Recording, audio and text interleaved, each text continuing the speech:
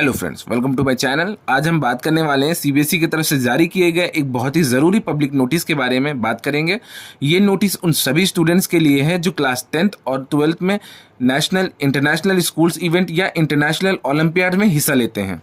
सबसे पहले बात करते हैं स्पेशल एग्जाम्स, यानी कि अगर आपके सीबीएसई बोर्ड्स की डेट्स आपके स्पोर्ट्स अथॉरिटी ऑफ इंडिया जो कि एसएआई होता है या board of control for cricket in India जो कि बीसीसीआई से रिकॉग्नाइज्ड नेशनल या इंटरनेशनल इवेंट्स की डेट सेम एग्जामिनेशन से मैच कर जाती है तो सीबीएसई आपके लिए बाद में एक स्पेशल एग्जाम कंडक्ट कराएगा। अब हम बात करेंगे ओलंपियाड्स के लिए। 2020 से ही Homi Bhabha centre for science education द्वारा रिकॉग्नाइज्ड इंटरनेशनल ओलंपियाड्स के लिए भी ये सुविधा दी जाती है फ्रॉम सीबीएसई। ये इनिशिएटिव इसलिए है ताकि स्टूडेंट्स स्पोर्ट्स और एकेडमिक दोनों में ही आगे बढ़ सके और किसी भी चीज़ को छोड़ना ना पड़े। अब हम बात करते हैं सीबीएसई 10th के स्टूडेंट्स के लिए कुछ खास नियम, जैसे कि सीबीएसई ने क्लास 10th के लिए 2 बोर्ड एग्जामिनेशन पॉलिसी शुरू की है। फर्स्ट एग्जाम फरवरी के बीच में होगा और दूसरा मई 2026 में। ध्यान रखें इस बात का कि क्लास 10th के स्पोर्ट्स स्टूडेंट्स का स्पेशल एग्जाम सिर्फ मई 2026 में होने वाले सेकेंड बोर्ड एग्जामिनेशन के साथ ही होगा। पहले एग्जाम के बाद या दूसरे एग्जाम के बाद अलग से कोई भी स्पोर्ट्स एग्जाम नहीं होगा। अब कुछ जनरल कंडीशंस के बारे में बात कर लेते हैं, जैसे कि आपको मेन एग्जाम के लिए एलओसी यानी कि लिस्ट ऑफ कैंडिडेट्स फिल करना मैंडेटरी रहेगा।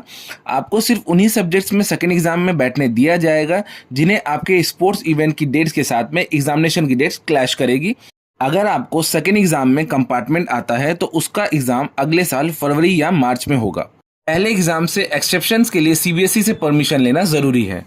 अब हम बात करने वाले हैं कि क्लास 12 के स्टूडेंट्स के लिए क्या, तो क्लास 12 के स्कीम में कोई भी चेंजेस नहीं है। अगर आपकी जर्नी या स्पोर्ट्स इवेंट की डेट एग्जाम से क्लैश होती है तो आपके एग्जाम्स मेन एग्जाम के बाद दोबारा कंडक्ट किए जाएंगे।